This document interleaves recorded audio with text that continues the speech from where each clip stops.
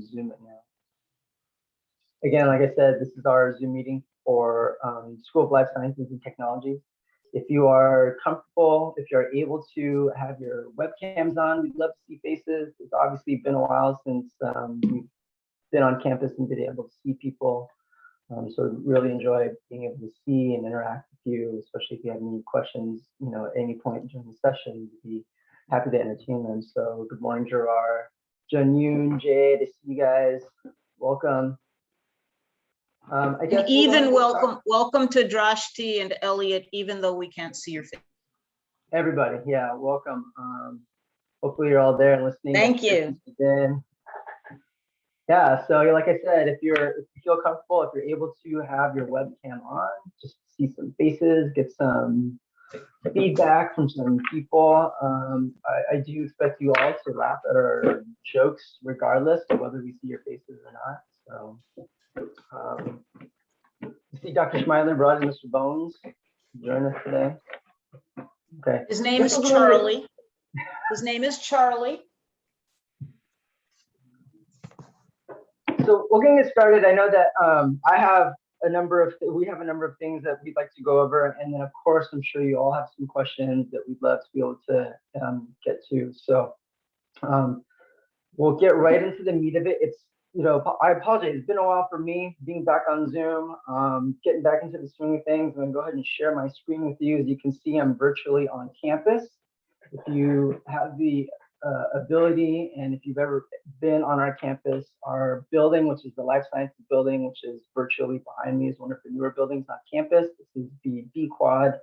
It's like an outdoor eating study area. Students can meet and congregate. And so this is currently where I am. But let me share my screen with you.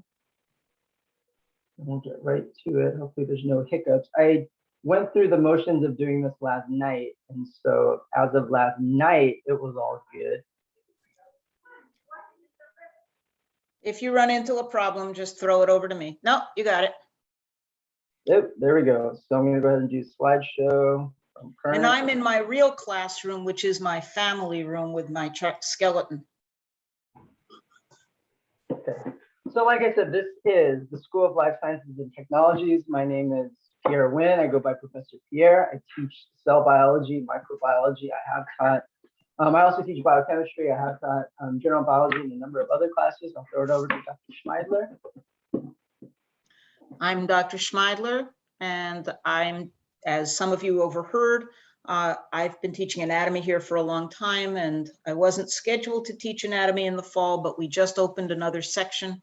So there are actually open seats in my anatomy section. It just opened today. And I teach genetics, both the majors and the non-majors, genetics, biochemistry, the majors class, that's a UC. It's got a lot of prerequisites, as opposed to there's a different biochemistry class, which is the biochemistry for health sciences.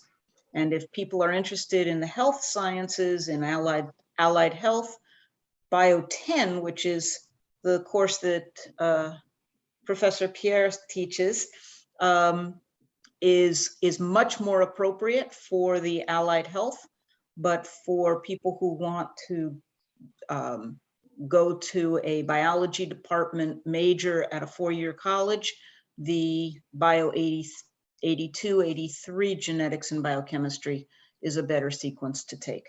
So we have both genetics and biochemistry for the allied health people, and a different genetics and biochemistry for the biology major type folks. I see your questions. I'm going to ask, while I go through the presentation, if Dr. Schmeidler can moderate the chat box. There's a question that came in. I will get to that. I want to make sure that we get to that and all the questions that we have, but I want to make sure that we do get through a number of the slides, just so that we, as these things come up, it may be able to address some of these questions that I'm sure you're going to have. So Kathy, do you see that question that popped up? We'll go ahead and address those things in a little bit, but yeah, definitely. Okay, I want to get into it. It's the start of the semester. We're going to get right into what biology is. I'm sure that you all have the 5th grade definition of biology down. Of course, it is the study of life or living things. And typically when we think of living things, like there's usually two main things that come up, right? We think of like animals and we think of plants. But biology is a lot more than just plants and animals, right? And a lot of what I teach about and a number of the subjects that a number of the other instructors teach about aren't just about plants and animals. So it's much more than just plants and animals. So we'll do a quick visual quiz for the morning, just get your brain going about what biology actually is, and have a little quiz for you. I'll show you two pictures, and I want you to be able to address which of these things is alive. So the first thing is a picture of a rock. Okay. And so when you look at this, is it alive? And you sort of come up with these responses in your head. And the next picture is a picture of the rock. One of these two things is alive. Without having taken any kind of biology classes, I'm sure you'll be able to determine which one is alive and which one's not. I know that 6-year-olds can do this because I got 2 6-year-olds at home. And when I was putting together this presentation, this image came up. And both of my boys came up to me and they were like, oh, interested, because we obviously see like Dwayne the Rock Johnson there. And they're like, oh, what's going on? I'm like, oh, it's a little quiz I'm presenting to the students about which one of these things is alive.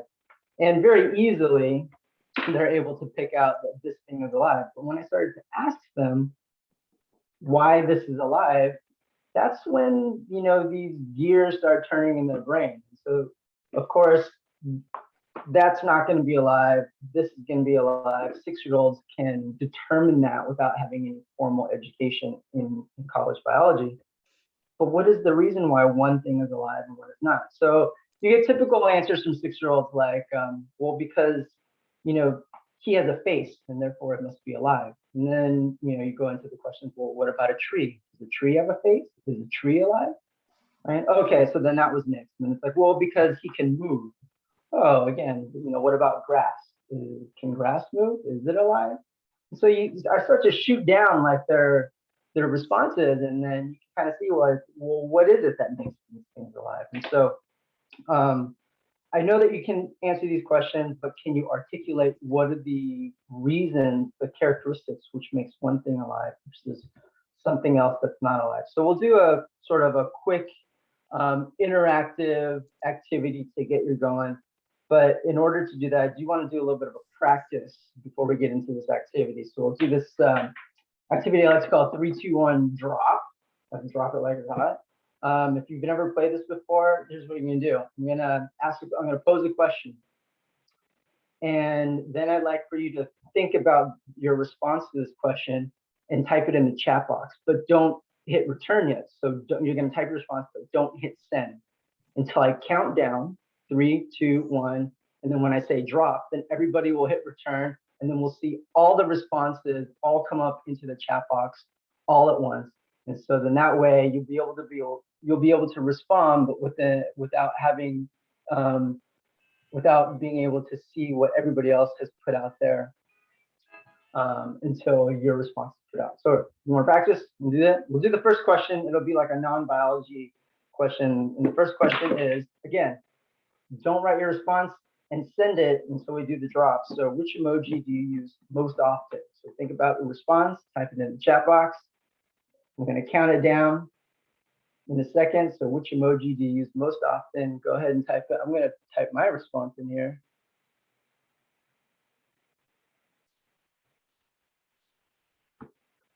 Okay, everybody got the responses in?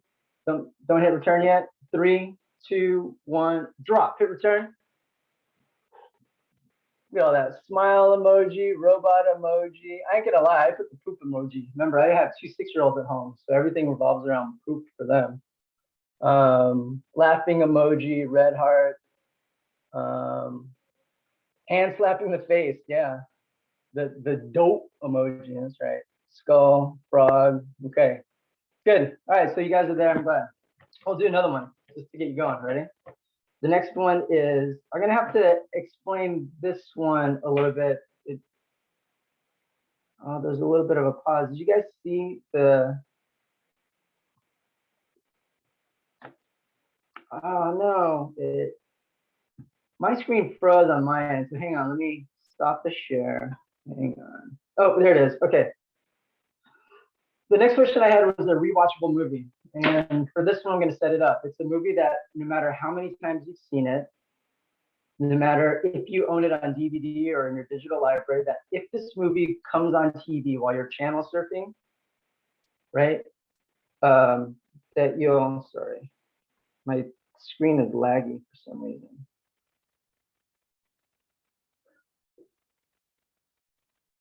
Okay, so no matter how many times you've seen this movie, and if you own it, that if you're channel surfing and this movie comes up on TV, you have to sit down and watch it no matter what. You stop what you're doing and you watch it, commercials and all. Okay, so I'm going to go ahead and type my response in here.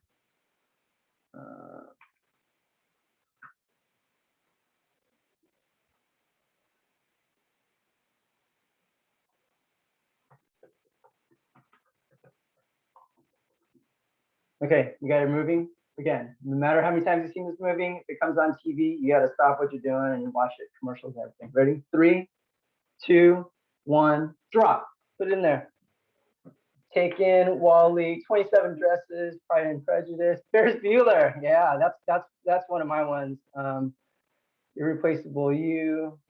I put The Shawshank Redemption. It's an old movie. Moana, Hitch, Thor Ragnarok, Too Fast, Too Furious. That's old school too. Harry Potter. All right, good. Okay, now I'm going to get into the actual biology response. Can you see the third bullet point, Kathy? Can you see the third bullet point that came up? Not yet. Yeah, sorry, it's lagging on my end. Do you want me to do it? Here, I'll just do it one more time.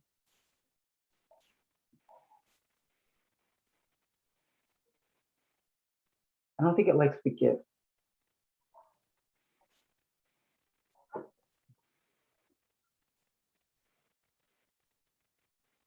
Got it. Now it just has to focus. There we go. Okay, so the third one is this. This is the biology part of the presentation, and it's it's not there. Yeah. Oh, there it is. Name 2 characteristics for living things. Just if you can recall 2 of the 5 or 6 or 7 characteristics of living things, go ahead and pop it into the chat. Don't enter it in until we do the drop. I'm looking at some of these responses. See Django Unchained, old Pixar movies, Spider-Man. Okay, ready? You got responses? 2 characteristics for living things. 3, 2, 1, drop. Go ahead, put it in there. Made up of cells, being able to reproduce, processing energy. Yeah, see, so homeostasis. So yeah, so out of a number of these responses that we see here, we covered a good amount of the characteristics for living things. Some of them I just wanted to make sure that we're all on the same page. Let's see. Cells and growth, right? Made up of cells, processing energy, being able to reproduce. Those are the main things, right? So so these are the characteristics that weren't able to be articulated by my 6-year-old, right? In being able to determine what is alive and what is not alive, right? Containing genetic information, having DNA, right? And so you obviously are familiar with what the characteristics of living things are, what makes a living thing. And so being able to put it into the chat box and articulate it, these are the reasons that we'll talk about in whatever biology courses that you take. Okay, Kathy, did you have any comments? Kathy left, it's just Charlie there. Okay, all right, let's move right along. Which brings us to the question is, like you're here, you want to learn about what courses in biology and a degree in biology can offer you. What is it that biologists do? And so, when I was growing up, which was not that long ago, basically there was Oh, it's not. Sorry.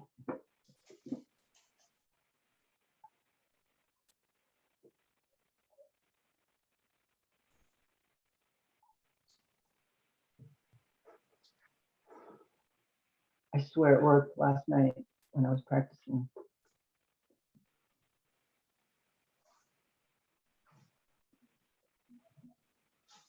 Okay.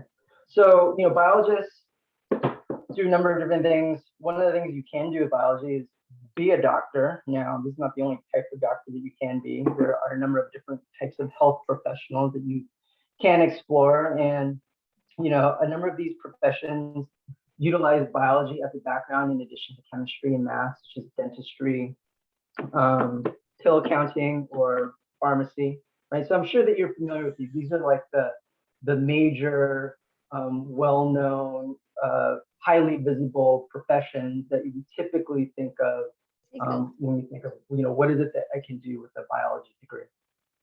But there's a number of other things that you can do as well, right? And so I wanted to bring your attention to a number of these professions that wasn't necessarily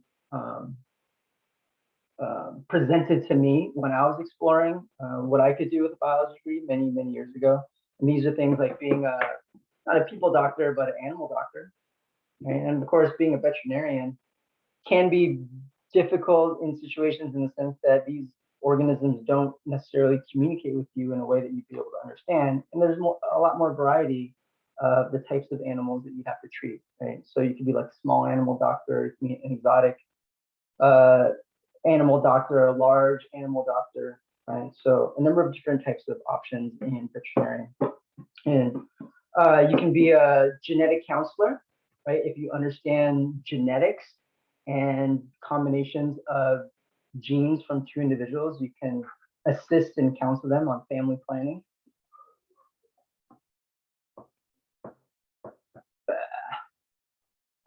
Are you kidding me?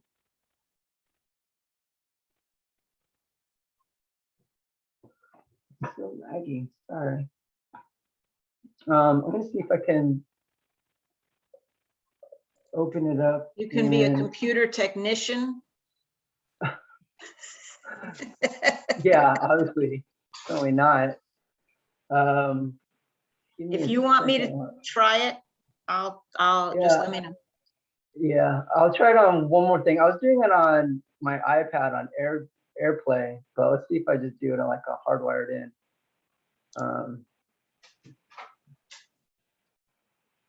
And of course, it's not loading on there either. So everyone, I apologize. Kathy, you want to give it a go and give it a try?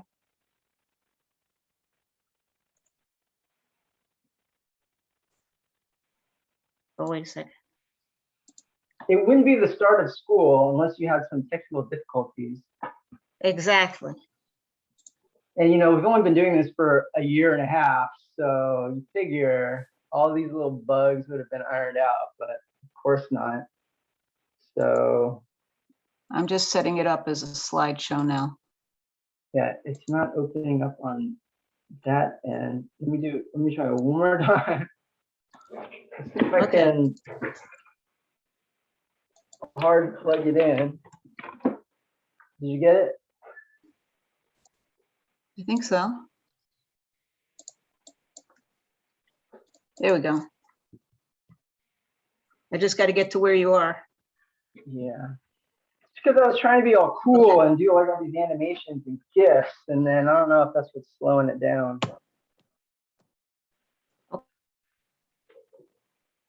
There we go. What can you do with biology? Vets? There we go. Oh yeah, genetic counseling. And for that, we have a specific course called Human Genetics. It's not about genetic counseling in particular, but it's one of the courses that anyone interested in genetic counseling needs to take. And that's Bio 72, and it's being offered this semester by yours truly. Just thought I'd put in that plug. Oh, you can be a park ranger or paleontologist. I got a 2-for-1 on that picture. You can be a scientific illustrator. So if you don't have to abandon your hobbies. Like if you're an artist, if you're artistically inclined, there's a lot of need for being able to illustrate scientific concepts. Of course, anatomy is one of those things, but being able to bring the concepts of science into a visual medium is very helpful and a very useful skill. And well paid usually. Right. And especially now that things are going online and things are going up on, digital media, especially. Right. You can And also animation also now. You can go into law enforcement. I have a friend that I went to school with. We studied obviously sort of the same track, and she works for the Ventura County Sheriff's Department in the forensics department. So she's doing like CSI type stuff. So she's out in the field. She's out, meeting with like the coroner at crime scenes, things like that, gathering evidence at crime scenes. Okay, Yep. next. Marine biologist, goes without saying. Also water resource management. I had a student who went into, she actually was elected to the water board of Orange County.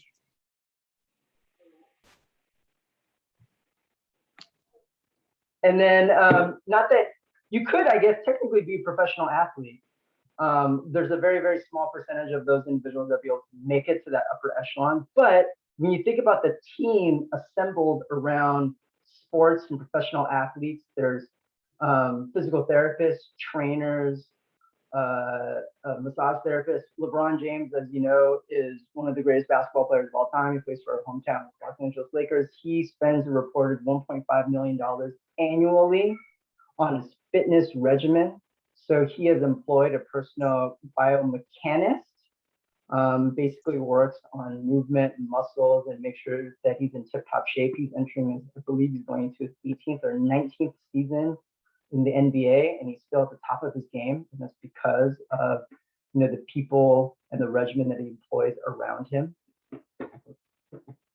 And so these are these professions that, again, was not promoted to me when I was going into biology. Right. Oh, right. I wanted to introduce you to some of the other courses that we have on campus, although the pandemic has sort of severely curtailed its availability. But we have field courses that are offered. So these are courses that are typically 1 to 2 units.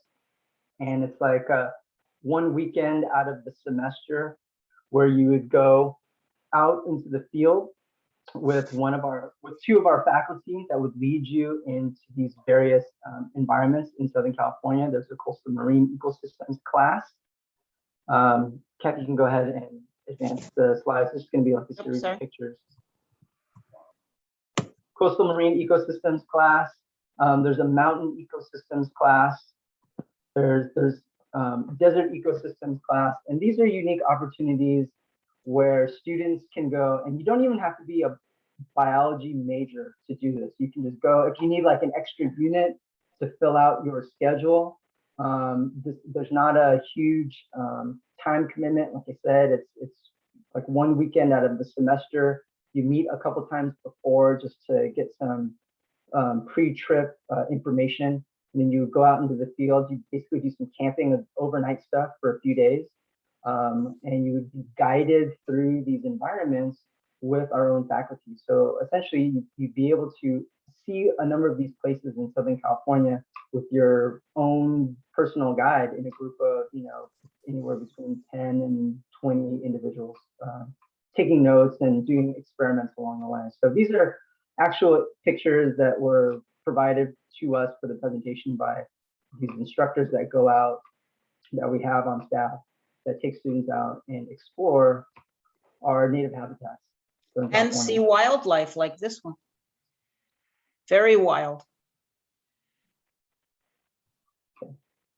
Can you advance yeah. So that picture is from Justin Wright, our bug guy, our resident bug guy. So, okay. We do have 2 established student clubs in our department. The first is, Kathy, you go ahead and advance. The first is our IVC Health Sciences Club, of which I'm an advisor. And so this club here, all these clubs are student run. And the charge of the IVC Health Sciences Club is to explore and promote various professions in the health sciences. So we typically have activities and guest speakers that will come and talk about the types of career explorations that a number of the students are interested in. So in the past, we've had like dermatologists, pharmacists, surgeons, dentists come and talk about, what a day in their life entails, the types of classes that they took to get to that point, the failures the challenges that they encountered getting there, what helped along the way. We've had admissions advisors from various schools come in and talk about the types of requirements that students would need and the path that they'd have to be on to get to, optometry school or dental school or podiatry school or whatever it is. And then we've had our own resident counselors on campus come in and talk about interviewing techniques and resume building skills so that you can become the most attractive candidate and put yourself in the best light so that you can gain admission to whatever program you're trying to get into. And then we have another club on campus called the Bees Garden Club. Bees is not just bees like the insect, but it's an acronym. It stands for Biology, Ecology, and Evolutionary Sciences. This is the one that's the advisors to this club are, I believe it's still Professor Devin Bradley and Justin Wright. And they basically, among a number of things, maintain the Bees Garden, which is a sort of a sanctuary area that we have right behind our building. There's like a little pond there and a Zen area. You can go and Zen out. You can bird watch there. It's a certified monarch way station. So we have a number of resident birds. I think the newest project that we're trying to get off the ground is a bee apiary, get some bees going in there. And so you can see some of the images here from Club Day and from our Bees Garden that's on campus. And so hopefully when we're able to return back, these types of spaces will be open and available to us. And as I mentioned at the very tippy beginning, before most of you were here, I've been approached to be the advisor to a new club that's just in the process of forming for that's a public health related one that is hoping to reach out into the community and make contacts with community members and community and give opportunities for people to shadow professionals and even maybe do some research in the field. I'm not sure exactly because we're just at the tippy beginning of making this club, but keep your eyes open if you're interested in that sort of thing. Okay, next slide. Yep. So which is a good segue into this. Opportunities to do undergraduate research. Even though we're not at a four-year university, there are opportunities here on our campus to do undergraduate research. So Kathy, if you can, in the interest of time, and I want to make sure that we get to address some questions too, just sure. Get through all the bullet points. You'll see that the cheat mechanism that I have, that that you're on the last bullet point of the slide, is that there's a period at the end of the last. Got it. Good clue. So opportunities to work with faculty mentors to do research, conducting research. And as you can see here, opportunities to present to the scientific community with our sister colleges and other colleges in the area to publish and present our findings. This is a good way to build your resume, to build your CV, to have these publications under your belt. So what you'll get, regardless of whatever degree that you come out of in biology, the skills, the transferable job important skills that you'll be able to get from coming out of classes in biology is critical thinking. That's something that we strive to promote in all of our classes. The students think critically. You'll do a lot of writing, in particular scientific writing. There's a lot of opportunities to work in collaboration in groups with others. And a number of the lab classes that you'll take, a lot of it is group work where you're working in small groups to do experiments and to solve problems. And then there's one more picture after this one, Kathy. Opportunities to do public speaking and presentations. I know that in my class, there, even in an online environment, we're still doing presentations, because if Zoom is a medium that's here to stay, doing presentations in front of an auditorium and being able to present it hopefully with minimal technical difficulties, unlike we've seen this morning, is an invaluable skill to have. And just by the way, in my classes, my students are doing more speaking and presentations in the Zoom environment than we did in the class. In the classroom, it was informal. Now we're doing more formal presentations. Okay, so I just wanted to rip through a number of the sort of the stuff that goes on in our program. There's two program areas. Our school is so large that we break up biology into two major categories, the life sciences and health sciences. And the easiest way to think about what the two divisions within our program area are is it's basically the biology of people and people-related things, and then the biology of non-people related things. So life sciences typically houses the courses that deal with non-directly related people things. So your cell biology, your plant biology, your animal biology. Those are the courses in the life sciences. And then the health sciences are people-related biology classes, your anatomy, your physiology, microbiology, and biochemistry. So that's the easiest way to think about the two divisions within our school. There's 11 full-time faculty. Just by the way, both of us teach in both of those program areas. Right. There's 11 full-time faculty members, 30 more part-time faculty members. Obviously, we're here to help you, so you can contact any and all of us. There's two different academic chairs, one for life sciences and one for health sciences. And then there's two administrative assistants who are either on campus starting now or beginning next week, and that's Becky and Margaret, and they're there to answer all your questions and help you. So I believe they're going to be on campus at their desks in the division office, but they're also fielding questions online and through phone. So this, of course, is our website. I'm sure you're familiar with it. When you go there, there's a portal to get to your Canvas page, my site. So that's the place where you want to start to access all of the services that we have on campus. Next one. Okay, so that's our building. Our building is one of the newer buildings on campus. It's a 30,000 square foot building that has dedicated lecture and laboratory spaces for our biology classes. It's Gold LEED certified, which basically means it's a green building and environmentally friendly. There's two major lecture halls, and then a couple of smaller ones, and then a lot of it is lab space. There is, you can see on the bottom left picture, there's like this big sort of entryway area with vaulted ceilings. The main lecture hall is the one that's directly on the left, and then there's sort of a meeting area there where there's table and chairs. There's Wi-Fi throughout the entire building. On the bottom right picture, you can see that on the second level, there is a large gathering and study area space for students. So with tables and chairs there, you can eat there, you can study there, you can do Wi-Fi. So it's just generally a place where people meet and congregate. As you can see, there's lots of natural lighting throughout the building. Programs and degrees. I'm going to go through this. Hopefully your counselor, the people that you meet with, will go through this in more detail if you have any more questions. But I just want to go real generally.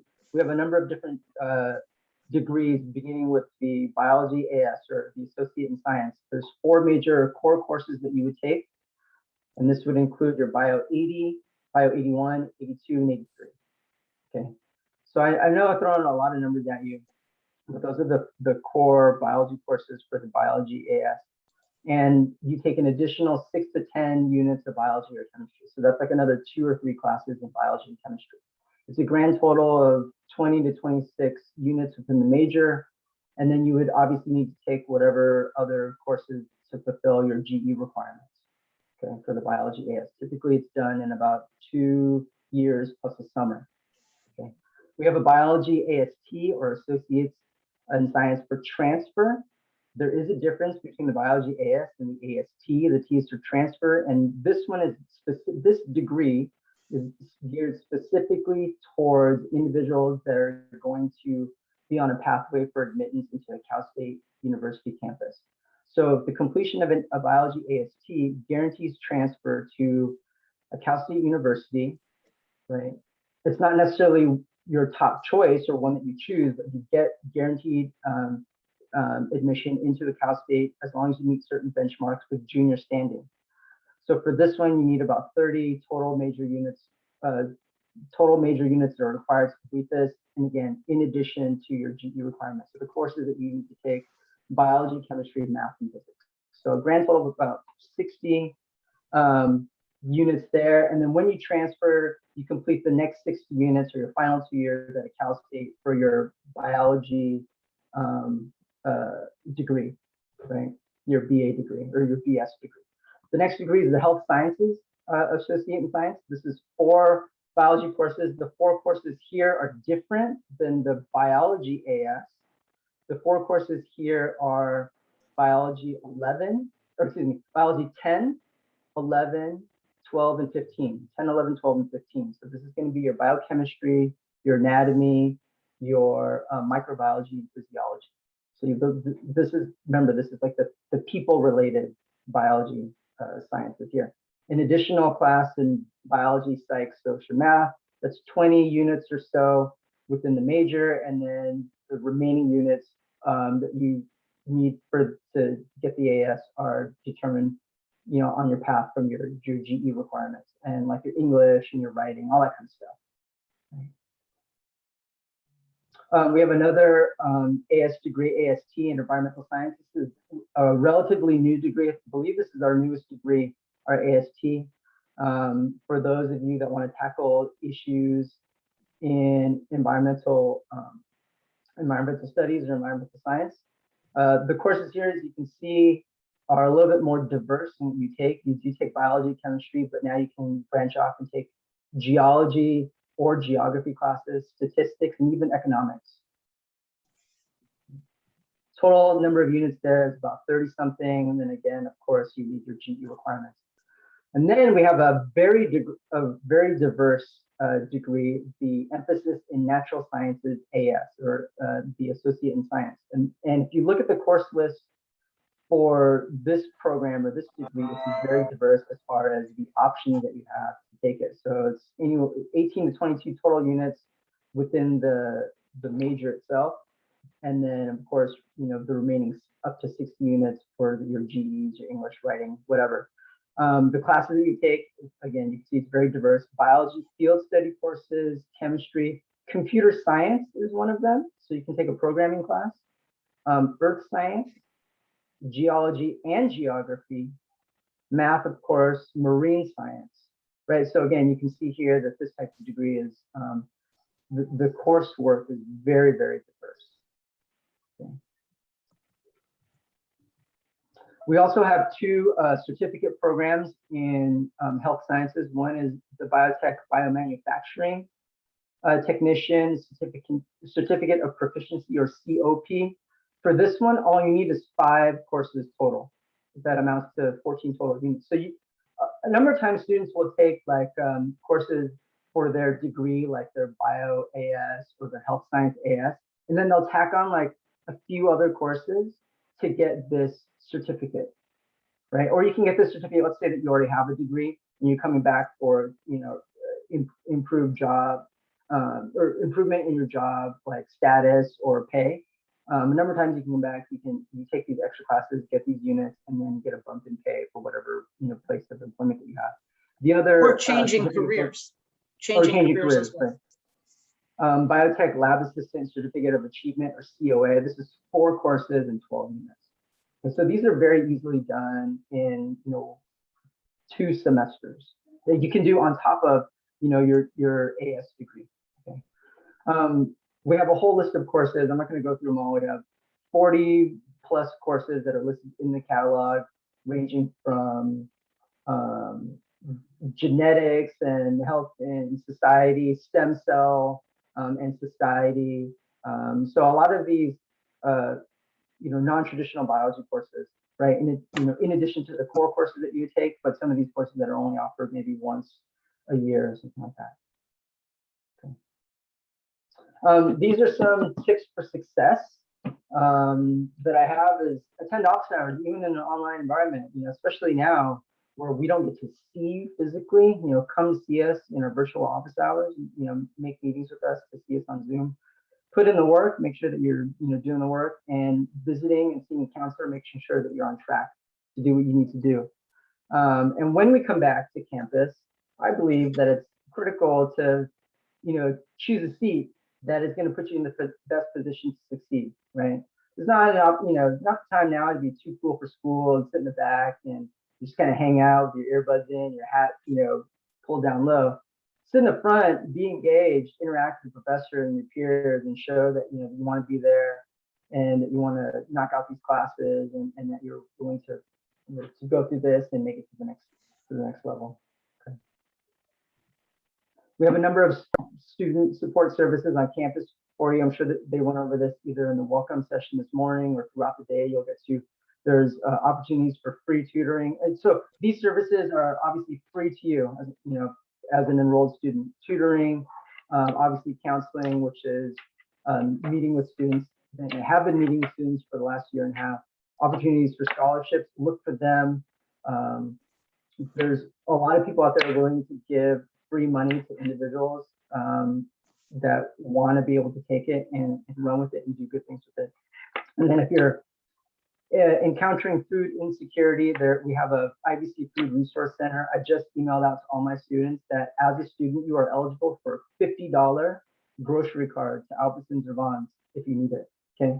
There's nothing that you need to fill out other than to email Monica Perez. If you're interested, just contact me. Give her your student ID number, and you'll get a $50 grocery card to Vons or Albertsons. That's the opposite of, it goes beyond free. You're actually getting something, right? Not just free. When you get scholarships in the Food Resource Center, pretty cool. And then when we're on campus at the Food Resource Center, you can even go there and pick up food. And I had students where in the past they've had you can go and get a protein pack, and it's like the protein packs you get at Starbucks. So you get like a hard-boiled egg, some nuts and things like that. And again, it's all free to students. So with that, I apologize for the technical difficulties. I wish we had more time to sit and chat and go through all this stuff, but I want to see if anybody had any questions about anything. Feel free to drop it in the chat. I'm seeing direct messages, so I will go ahead and relay them. How do we conduct undergraduate research? We just ask our professors for support and resources. Yeah, so if you're interested in undergraduate research, contact the professor that you're interested in doing the work with, and they will let you know, or they can set you up with someone and put you on the right path for that. We got another question. Right. Will the building be open? So if you know for example, you're taking a class from somebody and you don't necessarily want to do research with them, but they can connect you to the right person. Right. One of the questions, will the building be open when school starts? Yeah, so this semester, there are going to be classes on campus in a hybrid format. And so, yeah, campus is open. The buildings are open. Yeah, so you just have to make sure that when you're on campus, you're following the health guidelines, which is masking when indoors. And there's hand sanitizing stations throughout campus. If you need a mask, there's places that they provide one. I was on campus the other day. I totally forgot. Mine fell apart because the string fell off, and I had to go and get one. And they provided me with a mask. So, so there's no excuse not to have a mask on campus. Yeah. What if you haven't registered for classes and need help from counseling? Will they help you with that? Kathy, you want to take that one? I wrote in absolutely. They live for that. That's what they really want to do, is they want to help you find that first set of classes and get you off on the right foot. But if you have specific questions about a particular field of study, you can also email a professor in that area. So we've put up our emails, for example, and just let's pretend for a moment that really you're interested in, I don't know, computer animation, but you have my email address right up here in front of you. You can email me and say, thanks for the biology, but really what I want to do is computer animation, or I really want to do theater, or whatever it happens to be that you really want to do. And I know all the faculty members, so I can give you the right person to shove you off to. So you don't have to know who to go to. You just need one entry point, and you can go off and find the right people. I I also got had a another couple. Go question. ahead. Sure. Um, go for it. Like the library, is it just gonna be open for a student just walk in? Like you need an ID, right? Or can you just walk in and just get books? You can't walk in and get books, but I think you can walk in. I'm not sure what their hours are because with the COVID numbers, the rules keep changing, but you can walk in without an ID, but you can't take anything out without an ID. Oh, okay. Yeah, I understand that then. But you'll need to check on the IVC website because that will keep you updated in terms of what the library hours are. Okay, Yeah, so thank if you you. just go to like ivc.edu/library, you'll find like Right. all the resources for the library there. So their And then- hours and then the online resources too. So if you need something and you can access it online, you might not even have to step foot into the library if you don't want to. But the library is open. It should be open for like Wi-Fi and studying things like that. Right. And there's also, for those of you who are not coming to campus, there's also a lot of virtual library resources that you can access from the front page of the IVC front page. You go to library resources and they have tons of stuff, books, journals, magazines, movies, lots and lots of stuff that's available to you once you're an enrolled student. Is there a grace period to obtain our books? That really depends on your professor. You should talk to your professor about that. And we also have many courses that are what are called open educational resource classes for which you don't have to buy any books at all. For my human genetics class, for example, there are no books. There's nothing to buy at all. For my human anatomy course, there are alternatives to buying the expensive anatomy books, and there are free or very low cost alternatives.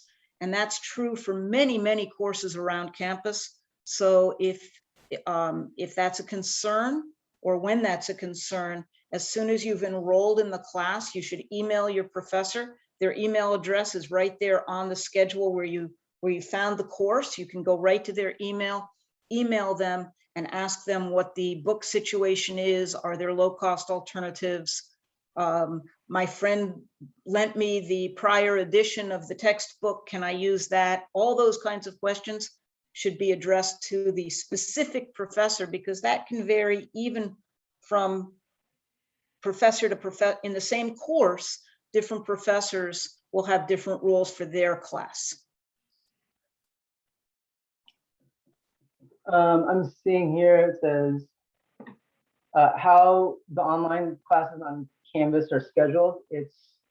It varies. So when you go to the schedule of classes, there's a little paragraph at the bottom of each class listing, and it will tell you specifically some classes are online only and asynchronous, meaning that everything is done online and there's no set time that you meet. My classes, for example, are online live, meaning that we won't meet in person, but we meet at the scheduled time that's published in the scheduled classes. So my classes are, for example, like Monday, Wednesday, 12:30, and I'll see my students at Zoom Monday, Wednesday, 12:30. Ditto. Same for me. And then there are hybrid classes, and so some of the classes will be listed as maybe like the lecture portion of the class will be online, and the lab portion of the class you actually have to come in to campus. So it kind of depends with the class, and it's not all the same. So it's like there's maybe like 12 different sections of anatomy. Not all of the sections for anatomy are going to be the same. So one section of anatomy might be completely all online. One might be on campus only. So we try to give students the choice in whatever they were comfortable with when we schedule. And for example, my human genetics class is listed as a hybrid because it was my intention to meet on campus for the kinds of discussions that do better in a classroom. But with the COVID numbers, it's going to go more online. And when COVID numbers come back down, it's going to come more back onto campus so that we can actually see each other.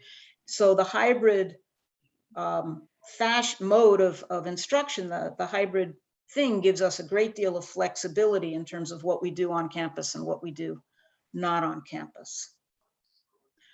My anatomy I got a question. class, sorry, some of our lab classes, even online, there are things to do with your hands. It's not just completely images that you get from the internet. So my anatomy class will have kits, for example, and they'll actually be doing stuff at home.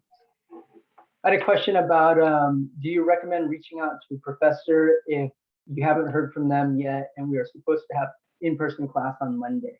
No. Yeah, that'd be a good idea. For me, I had already made my Canvas class published and I emailed them last week. And so, for me, I put all the information out there as far as the schedule. This is how you get your books so that my students can do whatever they need to do, get their books, and then be ready on the first day of school. It's going to vary from instructor to instructor. And if you haven't heard yet, feel free to send them an email. A number of instructors had just finished teaching their summer classes, and so they're grading and doing grades for their summer classes. They're like slammed right now. But yeah, they should be getting back to you. And if you haven't heard from them, then that means that you're in the same boat as everybody else. So you'll just have to sort of wait to hear from the instructor. And I only found out yesterday what I'm teaching next week. So obviously my students haven't heard from me yet. Then I got a question from Jessica. What about the TBA classes? I'd imagine it's the same thing. So if the class is listed on the schedule as TBA, the instructor should reach out to you through email or Canvas and let you know what's going on. And so, Kathy, can you throw up the next slide? The Laser Day organizers wanted me to throw up this slide to let you know the schedule for the day so that you know what is on tap and what you can choose to do.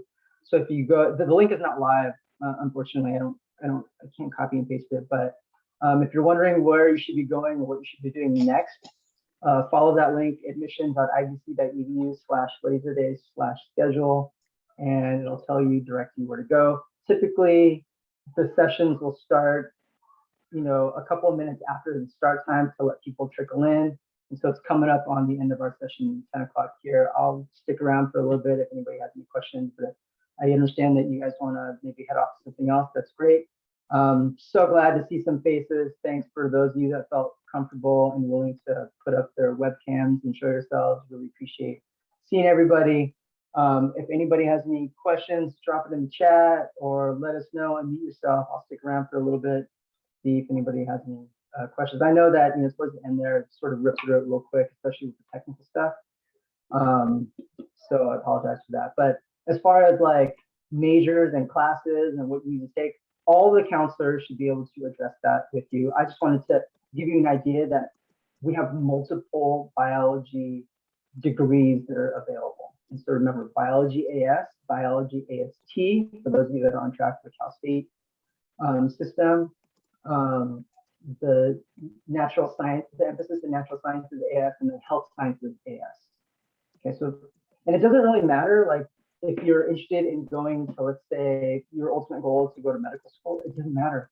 It doesn't matter, like, if you should take biology or, or health sciences. It doesn't even matter really what your undergraduate degree is going to be in. Nowadays, it's,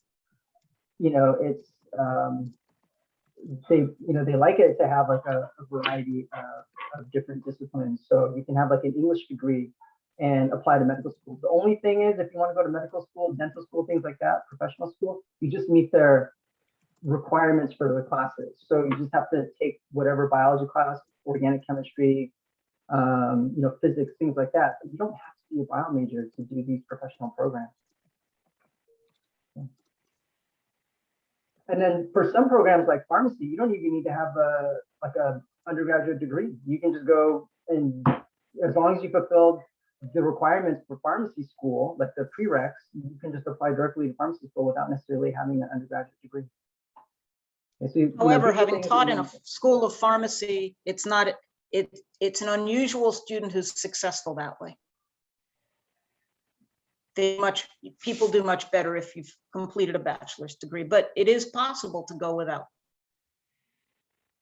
I had a question here from Drashti. I don't know if you're still on, but what areas do I need to focus more by taking biology as my major?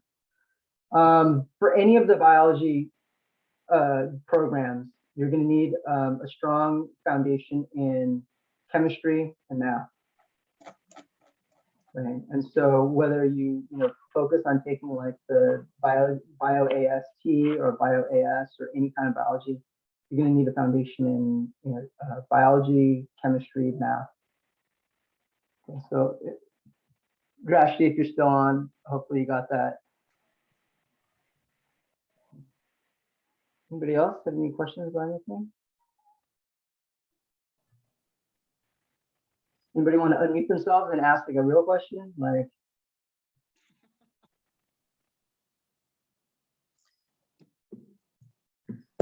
All right.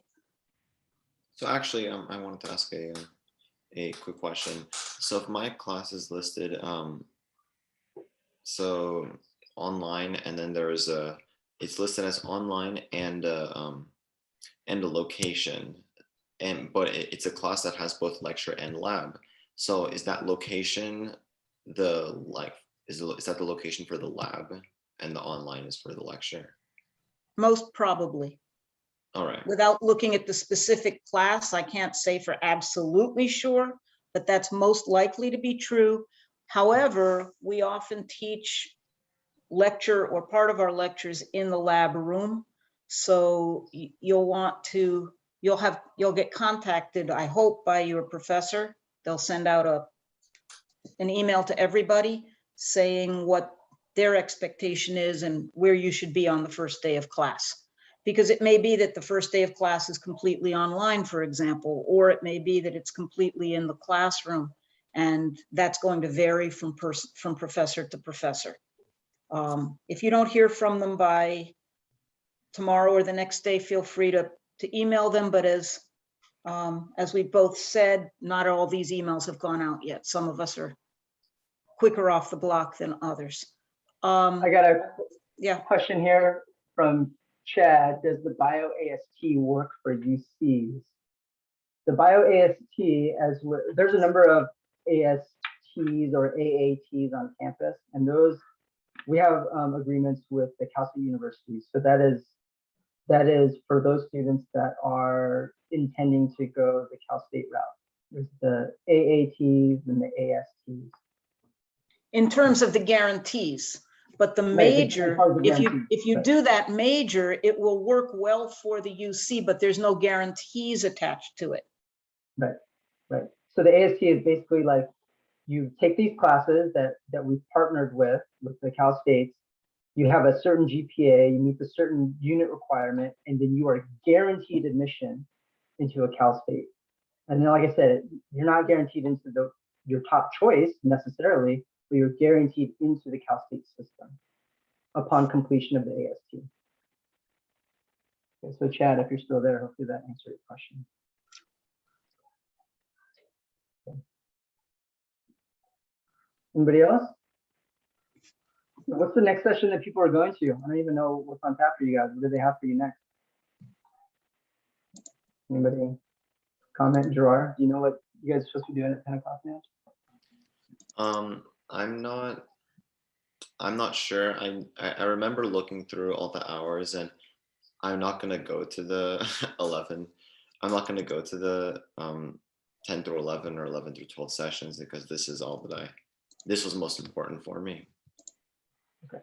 And then Chad, I can see there was a question, are there biology degrees that have guarantees for the UCs? No. And what's the tag or the TAP program? Isn't that? I'm not sure how much that's a guarantee. Oh, okay.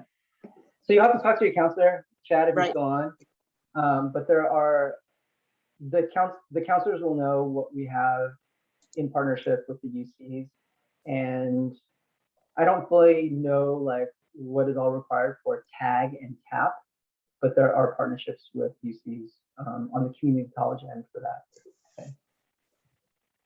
And so that was what Samara wrote. The UC tag admission sounds the same. Is there another transfer degree you need for that then?